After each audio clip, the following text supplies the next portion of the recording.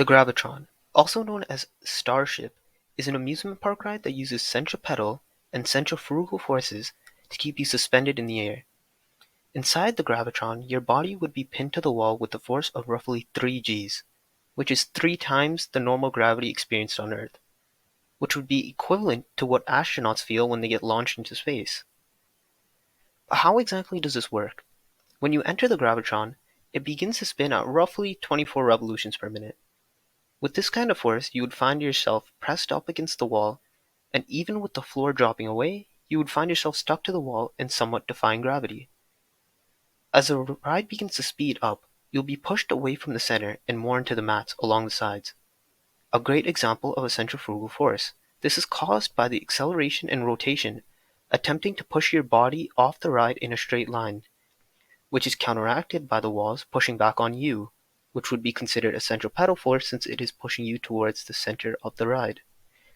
Having said all that, I still haven't explained why you seem to somewhat defy gravity and not fall.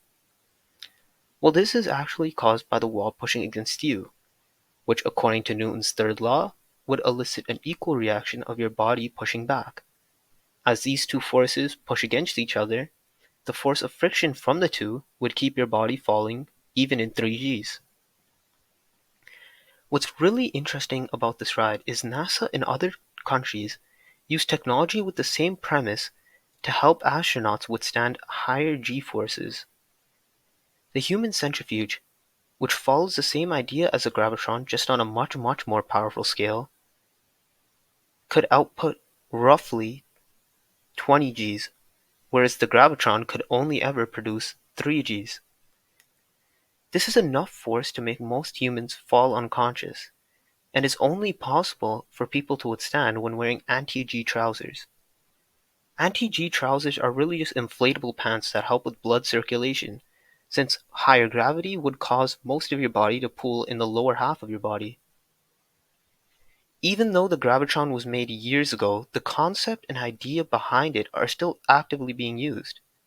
For instance, NASA believes that the human centrifuge, which shares quite a few similarities with the gravitron, could be the key to long-term space travel. This is because microgravity causes your body to deteriorate, and artificial gravity, which can be generated using a human centrifuge, is a plausible way to combat the effects of long-term space travel and would allow for the human race to travel even farther beyond than we already have. Thank you for listening to my presentation. Created using Powtoon.